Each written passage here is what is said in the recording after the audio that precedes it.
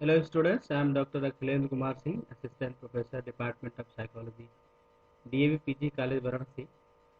Today I am going to here discuss about the auditory system. And auditory system, we will discuss about how uh, the auditory system is organized and how sound waves travel from ear to the cortex. This topic belongs to the students of BS6 semester psychology. Paper name is Neurophysiological Basis of Behavior. So let's see what is our auditory system. As we know that auditory system is very important aspect of human being because hearing is an essential process. Through hearing, we can understand and communicate our fellow human beings and experience the outside the world. Auditory pathways are more complex than the visual and olfactory pathway because it composed of number of nuclei and is dependent on the range of functional area. तो देखते हैं कि कैसे हमारा auditory system जो है structured है और कैसे वर्क करता है। तो this is the structure of year. जो कान की संरचना है उसको हम देखें तो सबसे पहले हम देखते हैं कि ये जो बाहरी पोर्शन दिख रहा है इसको हम लोग जो है पिन्ना बोलते हैं, पिन्ना। ठीक है, इसका जो है सबसे बाहरी पोर्शन है। और यहाँ देखिए एक्सटर्नल ऑडिटरी जो है ये कैनाल है, इसको बोलते हैं एक्सटर्नल ऑडिटरी मेटस भी एक नाम है इसका।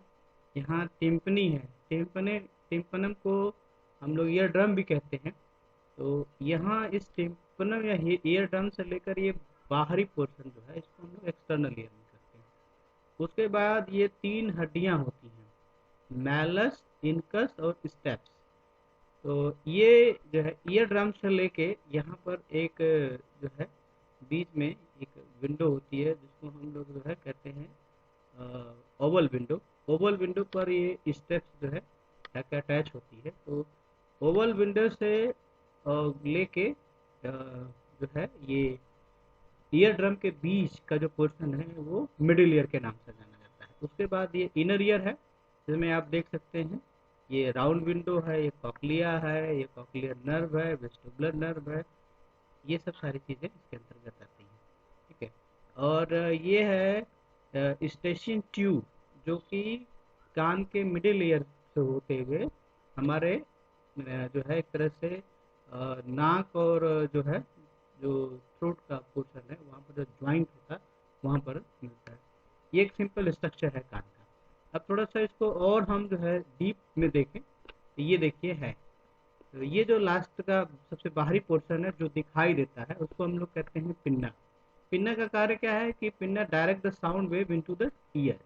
ये कान में जो है ईयर को डायरेक्ट करता है। एक्चुअली बहुत से जो है अभी अभी जानवर हैं जो वो इसका इस्तेमाल करते हैं। ह्यूमन बीइंग में पिन्ना का बहुत इस्तेमाल नहीं है, लेकिन आप जानवरों में देखेंगे कि जैसे ही कोई साउंड आती है तो ये जो है इनके कान खड़े हो जाते हैं। जैसे खासतौर से कुत्तों के देखेंगे, आप बिल्लियों को देखेंगे। ये देखिए ईयर कैनाल है, इससे ये जो है साउंड ट्रेवल करके यहाँ पर पहुँचती है। ये टिम्पनिक मेम्ब्रेन या ईयर ड्रम है। ठीक है, अब यहाँ पर ये जो है इस टिम्पनी मेम्ब्रेन से जुड़ी हुई ये देखें मैलस, उससे जुड़ी हुई इनकस और ये तीसरी हड्डी स्टेप्स। तो मैलस, इनकस, स्टेप्स ये तीन हड्डियां हैं, ये सीक्वेंशियल हैं। ठीक है, ये हमारा मिडिल ईयर के अंतर्गत आता है। और इसको आप MIS मिस या SIM सिम उल्टा अगर करेंगे तो SIM सिम या इधर से मिस करके आप एक्रोनिम्स करके याद कर सकते हैं। तो मैलस से जुड़ा इनकस है, इनकस से जुड़ा स्टेप्स है और स्टेप्स जहाँ पर ये जुड़ रही है उसको हम लोग कहते हैं ओवल विंडो।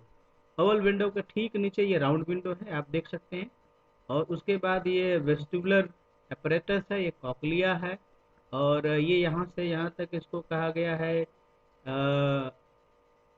लेबिरिंथ।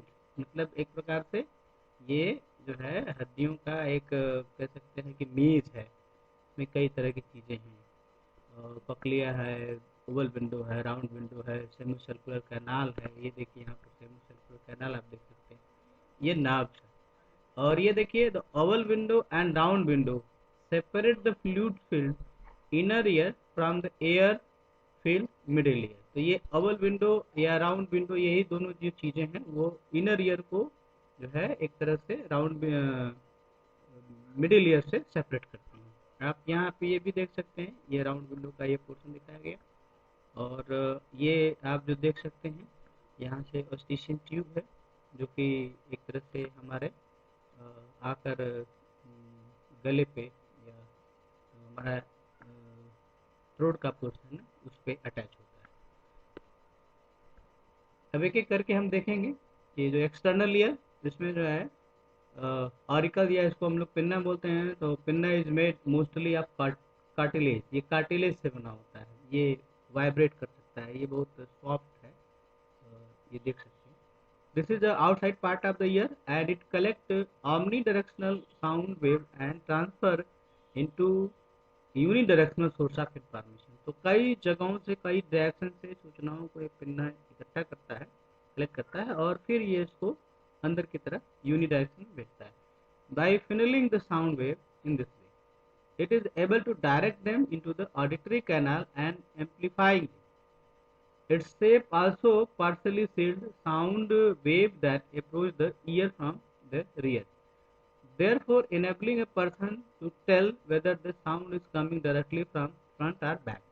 तो इसी की वजह से, जो पिन्ना की वजह से ही हम जान पाते हैं कि साउंड पीछे से आ रही है या आगे से आ रही है। जैसे ये जो है, जो साउंड सामने से आती है उसको पहले एंटर कराता है, जो पीछे से आती है उसको एंट्री में थोड़ा सा टाइम लगता है। ठीक है, तो जो साउंड का ये डिफरेंशिएशन है डायरेक्शन का, वो इसी की वजह से पता होता है। जैसे इसीलिए कभी कोई बहुत धीरे आवाज़ होती है, साउंड होता है, तो हम लोग उसको सुनने के लिए कान लगाते हैं, ऐसे करते हैं, ये डायरेक्ट करने के लिए, डायरेक्शन देने के लिए होता है। ठीक है। अब दूसरा इसमें जो एक्सटर्नल ईयर में पार्ट है वो है ऑडिटरी कैनाल, ये इसको ईयर कैनाल कहते हैं। और ईयर कैनाल इज रफली 3 centimetre long in adult and slightly S shape, ये एस शेप होता है हमारा जो ये कैनाल होता है। Skin line and canal and contains glands that produce secretion that mix with the dead skin cell to produce सेरिमेन। इसको हम लोग सेरिमेन को ईयर वैक्स भी कहते हैं। और सेरिमेन along with the fine hairs that guard the entrance of the ear canal help prevent airborne particles from reaching the inner portion of the ear canal where they could accumulate and injure the eardrum and interfere with the hearing। तो ये जो है sermon का एक काम ये है कि जो है एक तरह से जो बाहर के पार्टिकल्स हैं या इस तरह के जो एयर के थ्रू जाने वाली गंदगी है कान में, उसको वो रोकता है ताकि वो डायरेक्ट जाकर हमारे ईयर ड्रम को नुकसान न कर पाए। ठीक है। नॉर्मली ये जो है, ये सेरेमन या ईयर वैक्स है, वो ड्राई होकर सूख कर बाहर कैनाल से निकल जाती है, लेकिन कई बार ये जो है प्रॉब्लम भी क्रिएट करती है और हियरिंग को भी डिस्टर्ब करती है। आपने कई बार देखा होगा कि आर्मी में, पुलिस में जो है मेडिकल एग्जामिनेशन के नाम पर जो है ये केस ज़्यादा आती है कि आपके कान में वैक्स है। तो वो वैक्स नॉर्मल वैक्स से नहीं मतलब है, अगर वो वैक्स किसी तरह से हमारे ईयर ड्रम को हार्म कर रही है तब नुकसानदेह कर सकती है। अब हम देखते हैं कि ये तीसरा जो इसके मतलब मिडिल ईयर को और आउटर ईयर, एक्सटर्नल ईयर को डिफरेंशिएट करने वाली है या सेपरेट करने वाली जो लेयर है उसको हम लोग टिम्पनिक मेम्ब्रेन कहते हैं। इस टिम्पनिक मेम्ब्रेन को हम लोग ईयर ड्रम के नाम से भी जानते हैं। और ये tympanic membrane is commonly known as ear drum and separate the ear canal from the middle ear. It is about 1 centimetre in diameter and slightly conclave concave. ये कर्विंग होती है, मतलब इस तरह से कर्व होती है, कॉनकेव होती है on its outer surface, so it vibrates freely in response to the sound. The membrane is highly innervated making it highly sensitive to pain। ठीक है, तो कान में जो पेन होता है ज़्यादातर इसी पर जो है आपको महसूस होता है। For the membrane to move freely when air strike it, the resting air pressure on both sides of the tympanic membrane must be equal। ठीक है, तो ये जो है आउटर ईयर और मिडिल ईयर का जो प्रेशर है वो बराबर होना चाहिए, तभी ये फ्रीली मूव कर सकती है। outside of the membrane is exposed to atmosphere pressure through the auditory tube, so that the cavity in which it is located is called tympanic cavity. तो जहाँ पर ये tympanic membrane होती है उसको हम लोग tympanic cavity कहते हैं, and is continuous to with the cell in the jaw and throat. तो वही चीज जो है इसी से जो है tympanic cavity से होते हुए जो है ऑस्टिशियस ट्यूब होती है जो हमारे थ्रोट और जॉ को जो है कनेक्ट करती है. Normally the auditory tube is flattened and close, but swallowing, जैसे आप कोई चीज निगलते हैं, यावनी जैसे जमाई लेते हैं, चेविंग करते हैं, तो ये ट्यूब ओपन होती है, allow air to enter the and leave the tympanic cavity. This opening of the auditory tube allow air pressure in the middle ear to equilibrate with the atmospheric pressure. तो ये जो है एक प्रकार से ये जो ओपनिंग है ये टिम्पैनिक कैविटी का, इसका खुलना और बंद होना एक प्रकार से ये ईयर ड्रम के ऊपर जो प्रेशर है इनर और आउटर का उसको मेंटेन करने के लिए बहुत जरूरी है. अब excessive pressure on either side of the tympanic membrane dampen the sense of hearing because the tympanic membrane cannot vibrate freely. अगर ज़्यादा प्रेशर हो चाहे बाहर की तरफ से चाहे अंदर की तरफ से तो ये हमारा ईयर ड्रम मूव नहीं कर सकता ठीक से, इसलिए प्रॉब्लम होती है. when external pressure change rapidly, जैसे बाहर का होता है, तो ear drum can swell painfully because the pressure outside the ear change. The pressure in the middle ear remain unchanged. Yawning or swallowing in this instance open up the auditory tube, allowing the pressure to on both sides of the tympanic membrane to equalize, relieving the pressure distorted to the eardrum. तो जैसे कोई आप यात्रा कर रहे हैं, flight वगैरह में जा रहे हैं, तो आप इस चीज़ को महसूस करते हैं कि जो है जब फ्लाइट ऊपर जाती है, प्लेन ऊपर जाती है, तो बहुत ज़्यादा जब प्रेशर पड़ता है कान पे, तो वहाँ पर उस समय जो है जैसे कहते हैं कि उसमें कान में पेन होने लगता है, तो क्योंकि बाहरी प्रेशर जो है एक प्रकार से हवा का दबाव कम होने लगता है और अंदर का ज़्यादा होता है, तो कहते हैं कि जल्दी जल्दी जो है आप जो है कुछ पानी पी लीजिए या तो निगल लीजिए, तो उससे प्रेशर धीरे धीरे मेंटेन हो जाता है. Since the auditory tube connects the jaw throat area of the ear, it allows throat infection to spread relatively easily to the middle ear. तो चूंकि ये जो है ऑस्टिशियस ट्यूब के थ्रू हमारा जो मिडिल ईयर है वो हमारे थ्रोट से और जॉ के साथ कनेक्टेड है, इसलिए जो है नाक में या गले में कोई परेशानी होती है तो उसके थ्रू मिडिल ईयर में इन्फेक्शन होने का खतरा ज़्यादा होता है. इसलिए आप देखते हैं कि जब भी स्नीजिंग होती है, जुकाम होती है, तो कान के पर्दे पर प्रेशर पड़ता है, या उस समय आपको लगता है कि सुनाई नहीं देता है, हियरिंग कम हो जाती है.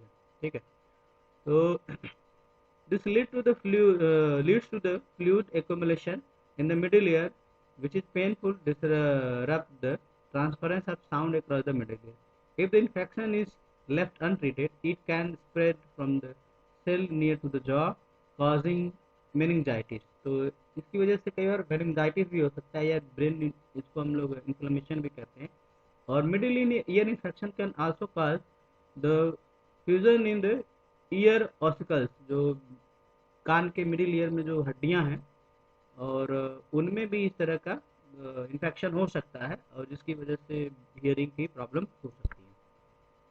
अब इसमें हम देखते हैं कि जो है मिडिल ईयर में क्या है, तो द मिडिल ईयर इसको टिम्पैनिक कैविटी में जो लोकेटेड है is located between the external ear and inner ear. It is separated from the ear canal of the outer ear by the tympanic membrane. The middle ear function transfer the vibration of the eardrum to the inner ear fluid. This transfer of sound vibration is possible through the chain of movable small bones called ossicles, which extend across the middle ear and their corresponding small muscles. The tympanic cavity contains the body's three smallest bones and two smallest muscles. The bones are also referred as auditory ossicles and connect the eardrum to the inner ear. तो कान में जो है middle ear में इस खास तौर की कुछ हड्डियां होती हैं और ये शरीर की सबसे छोटी हड्डियों में से गिनी जाती हैं। तो ये 3 हड्डियां होती हैं और 2 स्मॉल मसल्स होती हैं। अब ये देखिए कौन कौन से ऑसिकल्स है, ऑसिकल्स मीन्स यहाँ पर हड्डियों से है। तो 3 हड्डियां क्या है, मैलस, इनकस और स्टेप्स। क्योंकि ये नाम जो है ज़्यादातर लैटिन भाषा के हैं, इनके कुछ और भी नाम हैं इन्हीं से मिलते जुलते जो है, जैसे आप इसको दूसरे नाम से भी इंग्लिश में देख सकते हैं, लेकिन ये ज़्यादा चर्चित पॉपुलर नाम है मैलस, इनकस और स्टेप्स। तो इसको हम लोग MIS के एक्रोनिम से याद कर सकते हो, सिस्टमेटिक भी है कि मैलस पहले, इनकस फिर स्टेप्स। तो malleus is attached to the eardrum, and it has a handle that attached to the inner surface of the eardrum and the head that is suspended from the wall of the tympanic cavity. तो ये टिम्पनिक की जो cavity है उस जो टिम्पनिक membrane है या ear drum हमारा है, उससे ये मैलस जुड़ा हुआ होता है। ठीक है। और अगला जो इसका पोर्शन है वो इनकस से जुड़ा होता है।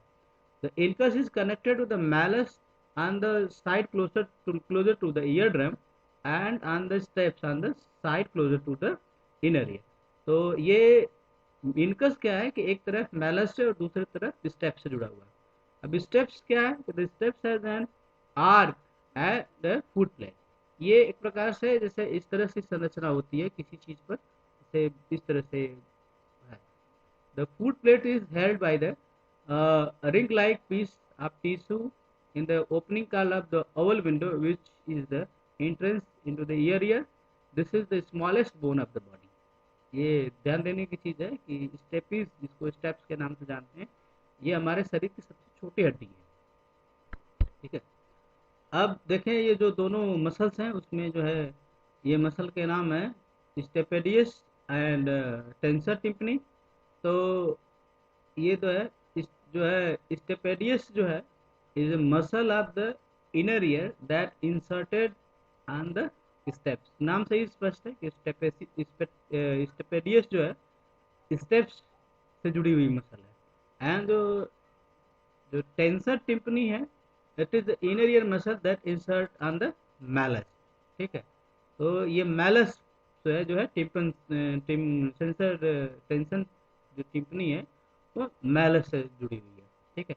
अब ये स्टेशियन ट्यूब की बात हमने अभी बताई है कि canal that link the middle ear with the back of the nose, इसको हम लोग फेरिंक्स कहते हैं। The Eustachian tube help to the equalize the air pressure in the middle ear. इसकी चर्चा अभी हमने आपसे की है।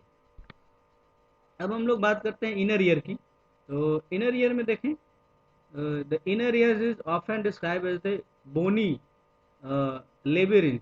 इसको एक तरह से बोनी मेज है, मतलब एक तरह से जाल है, जिगजैग है। As it is composed of the series of canals embedded within the temporal bone.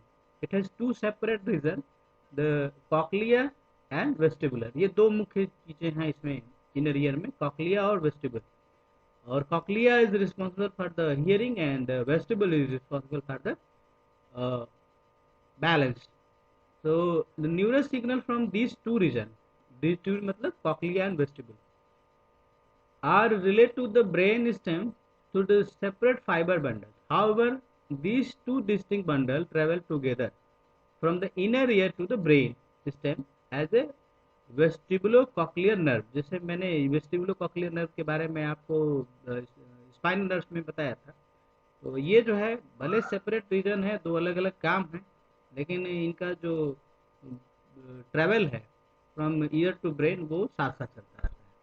अब ये देखिए कैसे जो है जो साउंड ट्रांसमिट होती है और किस किस पार्ट से जाती है। The sound is transduced into the neural signal within the cochlear region of the inner ear. तो कॉक्लियर जो रीजन है इनर ईयर का, उसमें ये साउंड की जो है का ट्रांसड्यूशन होता है या ट्रांसड्यूस्ड होती है sound, which contain the sensory neuron of spiral ganglion. अब कॉक्लियर रीजन में जो है स्पाइरल गैंग्लियन होते हैं। These ganglion are located within the spiral shaped cochlea of the inner ear. तो इसमें जो है स्पाइरल शेप कॉक्लिया ऐसे ऐसे इसकी संरचना होती है। तो cochlea is attached to the stapes through the oval window. ठीक है। ओवल विंडो के से होता है, उसके ठीक नीचे राउंड विंडो होता है, और कॉक्लिया आपका स्टेप से अटैच होता है थ्रू द ओवल विंडो के। ठीक है। Oval window is located at the beginning of fluid filled tube within the cochlea called scala stubuli. ठीक है, तो जो यहाँ पर ओवल विंडो का जहाँ पर शुरू हो रहा है कॉकलिया का प्रारंभ, उसको हम लोग स्केला वेस्टिबुली कहते हैं. The scala vestibuli extend from the oval window travel above the cochlear duct which is the central cavity of the cochlea that contain the sound transducing neurons. तो इसमें जो है, जो इसका बेस्ट कॉक्लियर डक्ट जो होती है उसमें इस तरह के साउंड ट्रांसड्यूसिंग न्यूरॉन्स होते हैं. तो ये जो है वेस्टिबुलर, सॉरी, ये कॉक्लिया के अंतर्गत स्काला वेस्टिबुली होती है. जो स्काला वेस्टिबुली ओवल विंडो के साथ जो है के पास होती है, नियर होती है, अटैच होती है. अब दूसरा देखें, at the upper most tip of the cochlea, जो उसका ऊपरी पोर्शन होता है, the scala vestibuli curve over the top of the cochlear duct. The fluid filled tube now called scala tympani. तो जो ऊपर का जो पोर्शन है उसको हम लोग स्काला टिम्पनी कहते हैं. तो स्काला वेस्टिबुली एंड स्काला टिम्पनी, दो लेयर है कॉक्लिया में. Return the base of the cochlea, this time travelling under the cochlear duct. ठीक है, the स्काला tympany and at the round window. स्काला tympany and at the round window. और जबकि जो स्काला vestibuli था वो शुरू हो रही थी आपके जो है इससे, यहाँ पर देखिए जो स्काला वेस्टिबुली है वो ये ओवल विंडो से शुरू हो रही है और ये जो है राउंड विंडो पर आकर समाप्त हो रही है. ठीक है, which is covered by the membrane that contain the fluid within the scala. As vibration of the ossicle travel through the oval window. ठीक है, जैसे स्टेप्स जो होती है ओवल विंडो पर अटैच होती है जो स्टेप्स, और वहां से फिर ये जो है स्काला वेस्टिबुली में होते हुए फिर सूचना स्काला टिप्पणी में जा रही है, फिर ये आ रही है कहाँ पर, घूम फिर के आपके देखिए कि ओवल विंडो पर, सॉरी राउंड विंडो पर. तो राउंड विंडो पर आ रही. As vibration of optical travel through the oval window, the fluid of scala vestibuli and fluid of scala tympani move in the wave like motion. ठीक है, अब ये उसी का जो है एक कहते हैं कॉक्लिया का क्रॉस सेक्शनल संरचना है. इसमें स्काला वेस्टिबुली और स्काला टिम्पनी को दिखाया गया है. ये देखिए कॉक्लिया है पूरा. और ये आप देखें, ये जो नीचे का जो चैम्बर है उसको देखा स्काला टिम्पनी कहा गया है. ठीक है, अब ये जो ऊपर का जो चैम्बर है ये स्काला वेस्टिबुली है. ठीक है, अब ये देखिए जो है बोन कॉक्लियर वाल है जो बाहर से दिख रही है. अब इसके दोनों के बीच में यहाँ पर आप देखें ये कॉक्लियर डक्ट है. ठीक है, और कॉक्लियर डक्ट में ये देखिए यहाँ पर जो सेपरेट कर रही है स्काला टिम्पनी और जो है कॉक्लियर डक्ट को अलग करने वाली बेसिलर मेम्ब्रेन है. ठीक है, और इसी बेसिलर मेम्ब्रेन में ये ऑर्गन से जुड़ा हुआ इसके ऊपर ऑर्गन ऑफ कॉटी है. ठीक है, और इसका जो टॉप पोर्शन है उसको जो है टेक्टोरियल मेम्ब्रेन कह रहे हैं. जो ऑर्गन ऑफ कार्टी के ऊपर जो है एक एक संरचना बनी हुई है. ठीक है, और ये जो है आप जो देख रहे हैं यहाँ से ये यहाँ ये देखिए ये स्पाइरल गैंग्लियन है. ठीक है, यही स्पाइरल गैंग्लियन बाद में ये नर्व सेल, नर्व गैंग्लियन का वेस्टिबुलोकॉक्लियर जो है नर्व के रूप में आगे जा रहे हैं. ठीक है, ये देखिए कॉक्लियर ब्रांच आप जो है N7 है. अब देखिए इसमें जो भी हमने संरचना दिखाई उसमें क्या क्या चीजें हैं. तो cochlear duct contain several organ of Corti, अभी मैंने दिखाया आपको कि यहाँ पर आप देखिए कि इसमें जो है कॉक्लियर डक्ट जो है उसमें ऑर्गन ऑफ कार्टी है. ठीक है, अब which transduct the wave motion of the two scala into neural signal. मतलब टू स्काला मतलब scala vestibuli and scala tympani, इनको इनके जो भी वाइब्रेशंस हैं उनको ये न्यूरल सिग्नल में कन्वर्ट करता है ये ऑर्गन ऑफ कार्टी. ठीक है, organ of Corti lies on the top of the basilar membrane, अभी दिखाया मैंने, which is side of cochlear duct located between the organ of Corti and scala tympani. As the fluid wave move through the scala vestibuli and the scala tympani, the basilar membrane move at the specific spot depending on the frequency of the bass. तो जो basilar membrane है cochlea की, वो sound की quality पर निर्भर करती है। जैसे कि हायर साउंड, अगर हाई फ्रिक्वेंसी की साउंड होती है तो जो बेसिलर मेम्ब्रेन का जो रीजन जो है, जो कॉकलिया के करीब होता है, ठीक है, वो जो है मूव करता है। और अगर जो है ये लो फ्रिक्वेंसी की साउंड होती है तो जो टिप के नियर यानी कि ऊपरी पोर्शन होता है बेसिलर मेम्ब्रेन का, वो मूव करता है। ये देखिए, आप यहाँ पर देखें, ये बेसिलर मेम्ब्रेन है, ठीक है, ये वाला, ठीक है। तो ये जैसे जो शुरू होता है, यहाँ से अगर साउंड निकल रही है, आ रही है, तो जो प्रारंभ की जो बेसिलर मेम्ब्रेन होती है वो हाई फ्रिक्वेंसी पर मूव वाइब्रेट करती है, और जो दूर की होती है, काकलिया के टॉप पर होती है, वो लो फ्रिक्वेंसी पर वाइब्रेट करती है। अब देखें, the organ of Corti content hair cell, इसके अंतर्गत जो है, अभी मैंने आपको दिखाया कि इसमें हेयर सेल होती है। देखिए, आर्गन ऑफ कार्टी, ये देख रहे हैं, ये आर्गन ऑफ कार्टी है, ये ना, ये वाला, इसी में जो है हेयर सेल्स होती है। Organ of Corti content hair cell which are named for the hair-like stereocilia extending from the cell apical surface. The stereocilia are an array of microvilli-like structure arranged from tallest to shortest. तो ये इसमें जो hair cell होती हैं वो इसी तरह से अरेंज होती हैं। Protein fibre pressure adjacent hair together within each array such that the array will bend in response to the movement of basilar membrane. तो इस तरह की इनकी संरचना होती है हेयर सेल की। अगर बेसिलर मेम्ब्रेन में मूवमेंट होता है तो ये ऑर्गन और कार्टी का हेयर सेल मूव करता है। तो ये जो stereocilia extend up to the hair cell to overlie tectorial membrane which is attached to medially to the organ of Corti. ये जो है tectorial membrane organ of Corti के मध्य भाग से जो है एक तरह से जुड़ा हुआ है। अब देखिए कि when the pressure wave from the scala move the basilar membrane, the tectorial membrane slide across the stereocilia, ठीक है।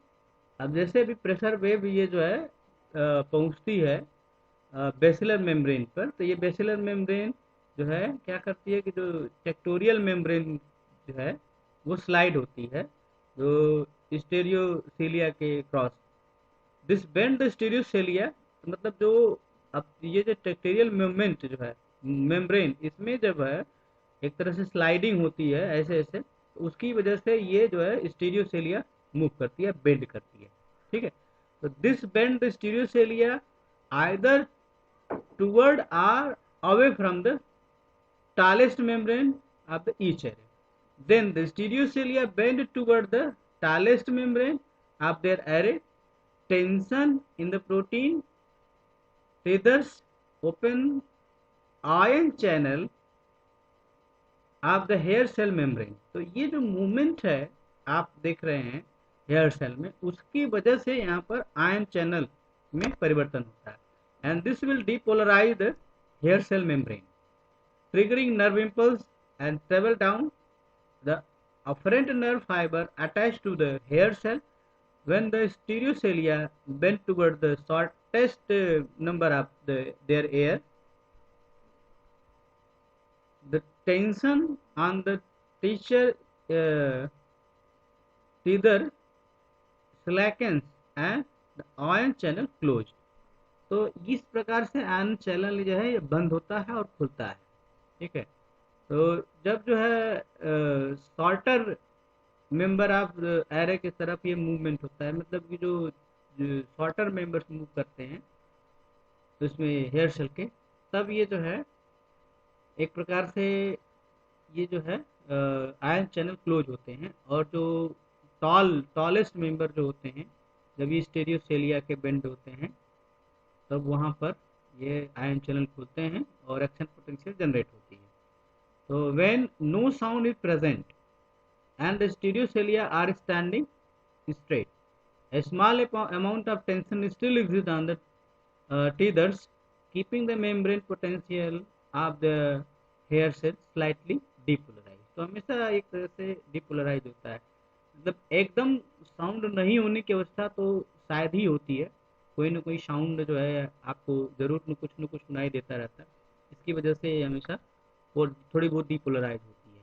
ठीक है।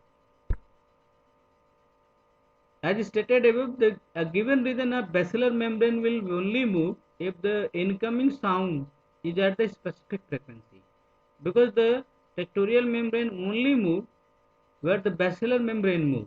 ठीक है, तो बेसिलर मूवमेंट मेम्ब्रेन में मूवमेंट के लिए एक फिक्स साउंड की क्वालिटी होनी चाहिए, और जब बेसिलर मेम्ब्रेन में मूवमेंट होगा तभी जाके टेक्टोरियल मूवमेंट में, सॉरी, मेम्ब्रेन में मूवमेंट होता है।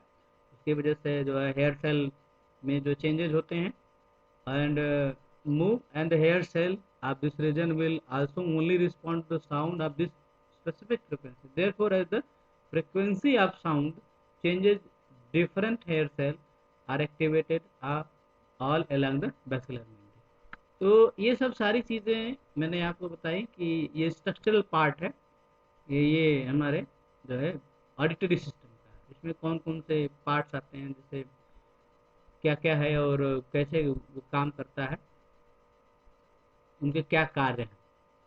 ये जो है हमारा था structural part of auditory system. हम लोग नेक्स्ट वीडियो लेक्चर में कैसे ये जो है साउंड वेव्स ट्रैवल करती हैं, यानी कि न्यूरल पाथ क्या होगा, उसके बारे में जो है चर्चा करेंगे। Okay, thank you.